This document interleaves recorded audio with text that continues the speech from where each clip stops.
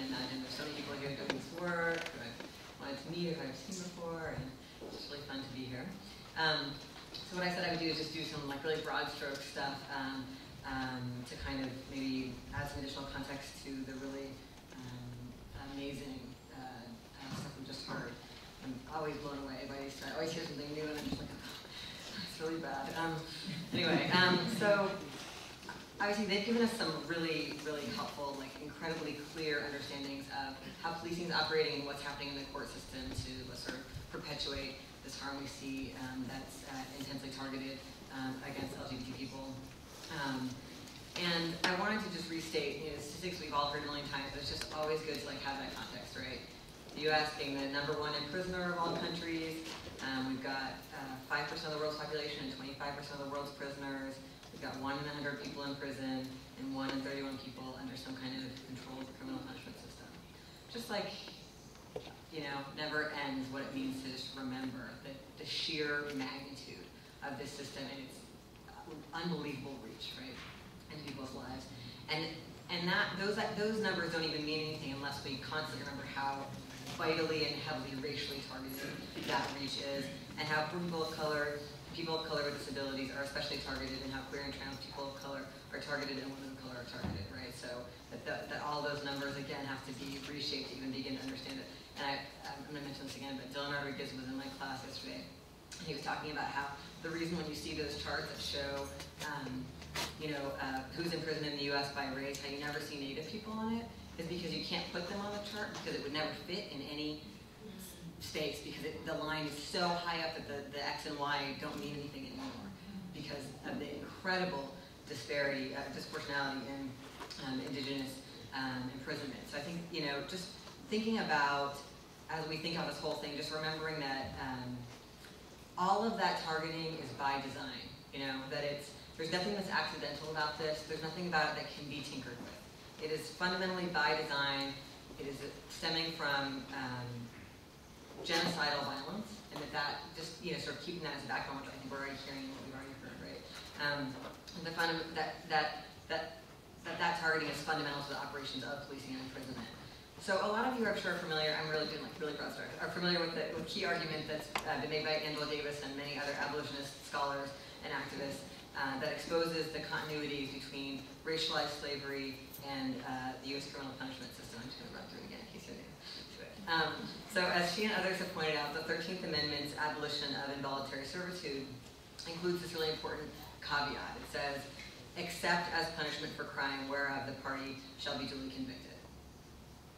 So as Davis traces, in the years following the supposed legal abolition of slavery, Southern prisons drastically expanded and went from being almost entirely white to primarily imprisoning Black people.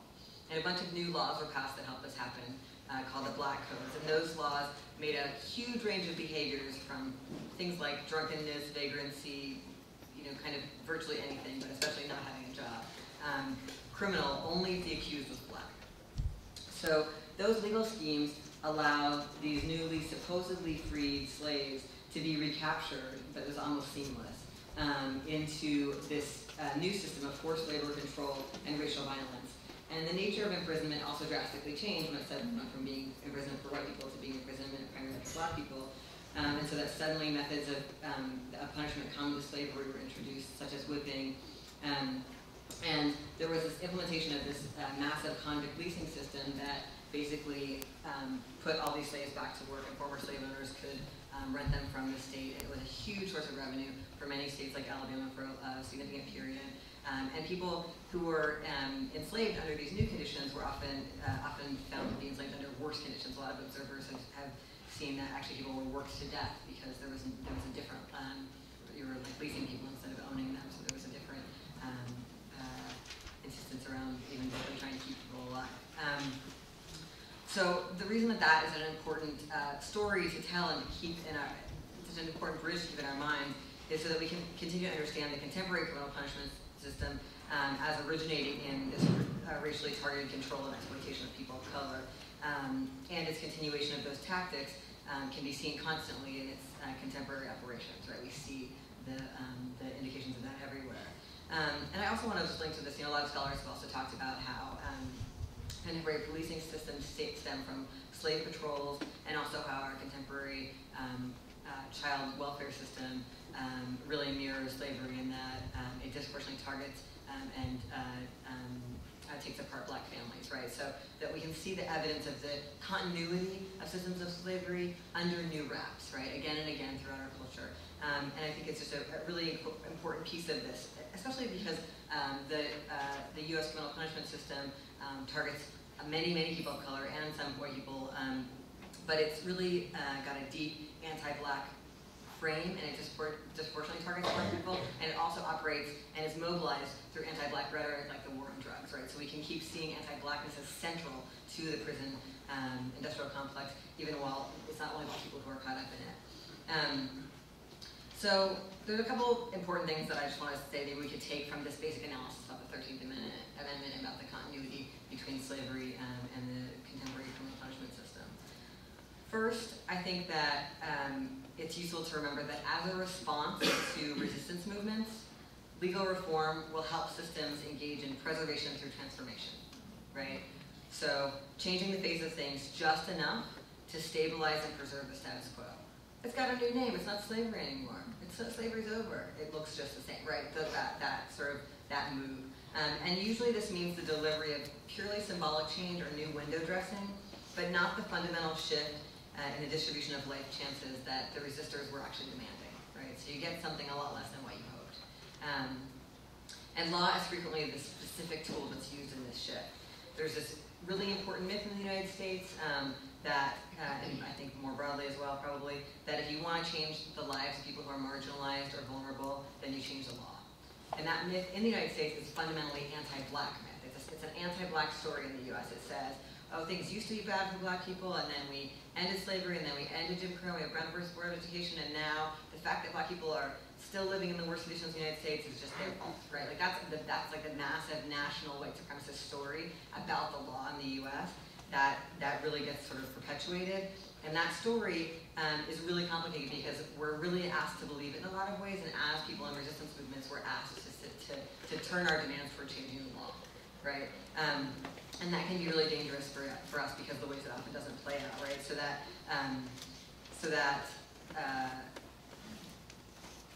we are caused to sort of, or incentivized to invest in law reform strategies, and those strategies often temper or undermine the demands of our movements, right? So that we have a demand, we want something more than just a facial change that all we end up asking for and getting is this sort of symbolic change. And I just wanted to bring up also something else that Dylan Rodriguez said in my class yesterday. He showed these slides to my students of the LAPD's their recruitment website to get new cops, and they have all these recruitment ads targeted at particular racial groups and targeted at like lesbian, gay people to become police.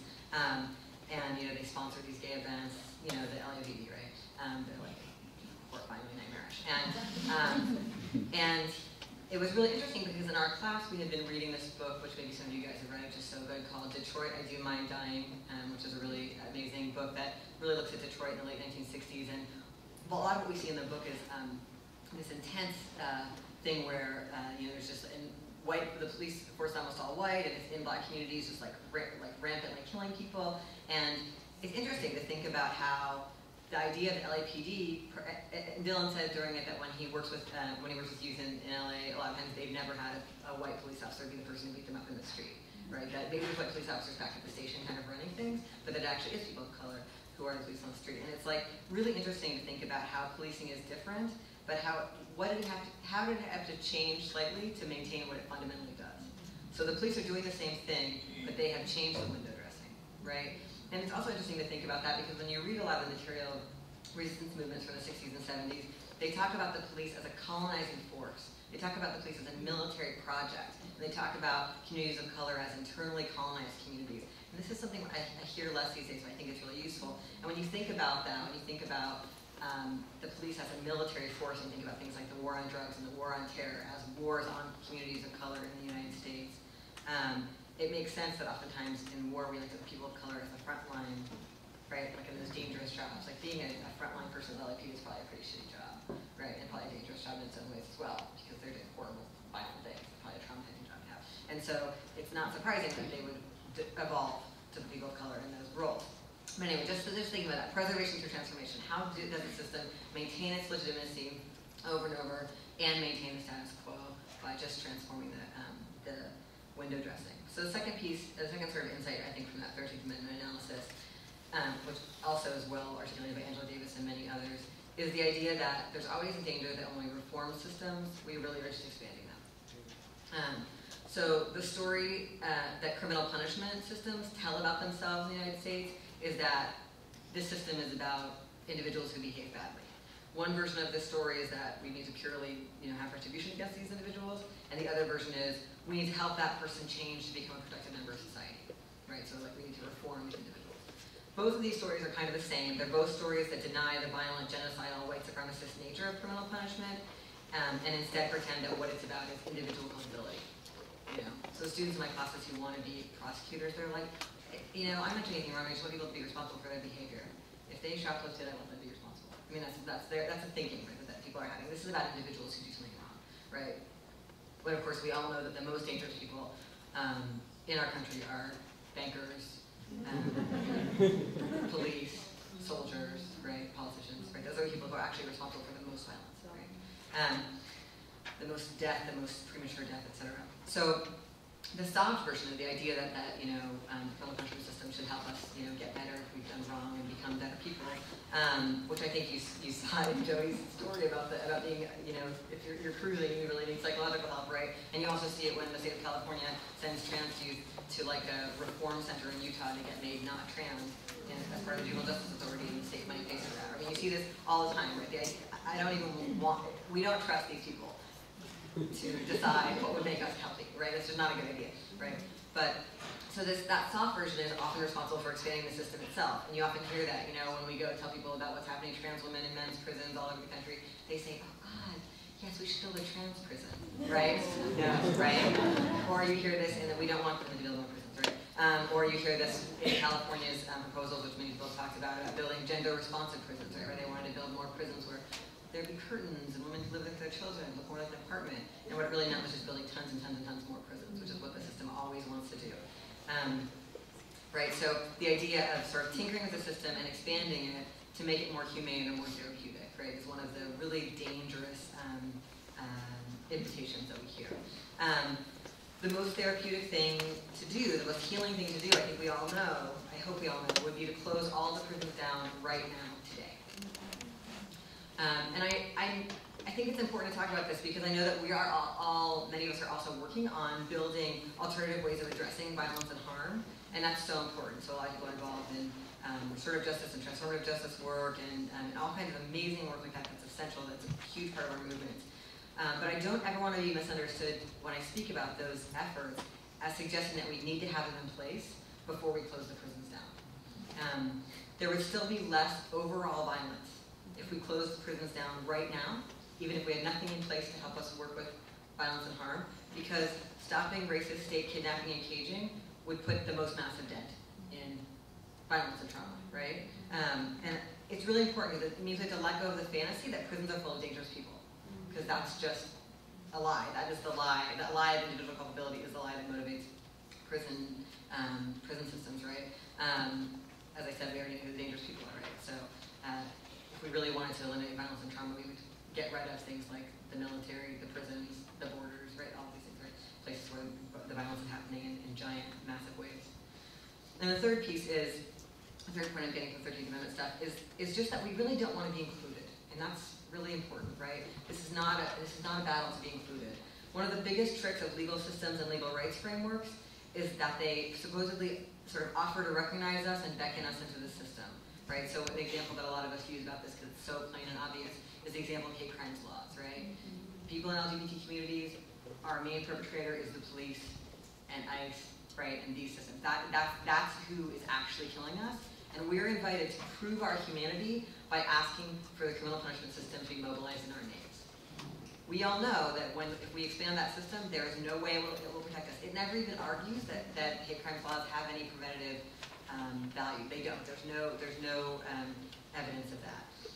But it's not about saving our lives, it's about building our system, right?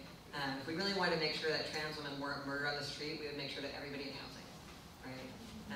There's so many other things we could do, right? There's a lot of things that we know help people be safe and be able to have the best possible life and the longest possible life.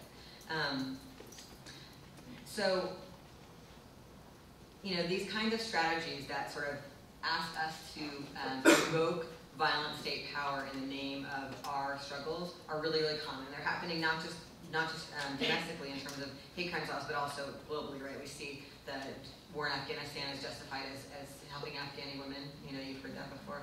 That was like a really confusing idea of dropping bombs on people to help them out. And certainly it is a really major strategy happening right now is that the state of Israel is doing what some activists are calling pinkwashing, right? Articulating itself as a human rights haven for gays, including Palestinian gays, to cover its brutal, vicious, cruel attempts to wipe Palestinian people off the face of the earth, right? So they're saying, we're human rights lovers, even though everybody on earth has, documented our extreme human rights abuses constantly, right? So it's really complicated. I think that we have to be so extremely careful right now about human rights frameworks and about the cooptation of feminist and gay and lesbian terms and ideas to justify and expand genocidal violence.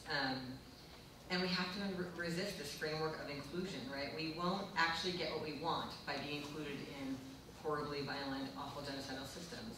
But it's really hard when you feel like you have almost nothing to say no to even like a purely symbolic invitation, right? We have to really draw from our communities to have strength to say no to that. I think that's actually not what we're looking for. And we know what we are looking for, and we're not going to stop till we get it. It's a very different move, and we're living in very anti-revolutionary times in some ways, where a lot of our movements have really been stomped on. So it's hard to remember those kinds of demands, and it can be useful to look at other moments sometimes to get some inspiration about that, right? How do we remember that it's not an incremental step towards anything to get queer people into the military? That is not an incremental step towards absolutely anything except for killing more people in Iraq and Afghanistan and everywhere, right?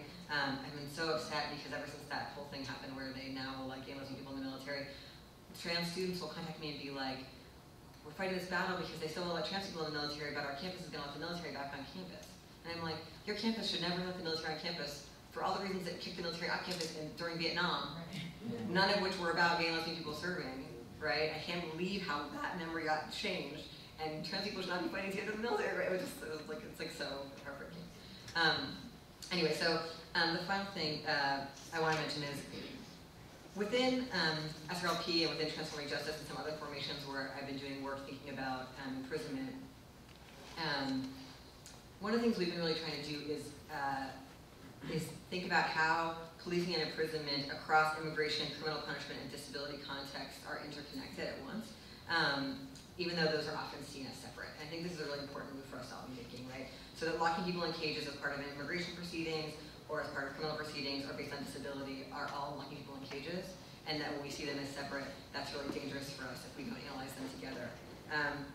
And part of it is that people who are targeted for imprisonment are also called upon to justify others' imprisonment as part of our fight for freedom, right? So hate crimes laws do that. But it also works, I think, more broadly because ideas about, especially in legal change battles, ideas that mobilize the family and the worker as categories of deservingness, and that mobilize heteropatriarchy, and ideas of productivity generally mediate national belonging, right? So pathways to immigration in the US are shaped through this rhetoric and rhetoric around, immigration groups are encouraged to say we're not criminals when they're fighting to get people out of detention, right? Families around, ideas around family unification are mobilized a lot, and sort of ideas around, we work hard, right? And all of those, I think, invite participation in narratives about ableism and criminalization that are really harmful, right? And discourses questioning criminalization and imprisonment sometimes similarly focus on people wanting to be productive workers and parents and rights-bearing American citizens and not dangerous monsters, right? Which dangerous monsters in the US means people with psychiatric disabilities, right? There's a whole framework around that that's happening that's really ableist. And discourses about deinstitutionalization and independent living from disability struggles sometimes also focus on we're not criminals or dangerous and we want to work and be productive similarly, right? So each of these examples also divides that targeted population because most people in those populations are targeted by multiple things, right? And legal rights struggles consistently incentivize these narratives. Show that you're a worker, which means show that you're not disabled or not a person on welfare, right? Show that you're part of a family, which means show that you're part of heteronormativity. Show that you're law-abiding, which means you're not a criminal, i.e. not black, right?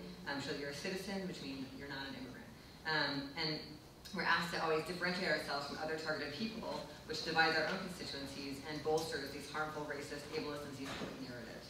So it's a really big danger in all of our reform projects that we have to be really careful about.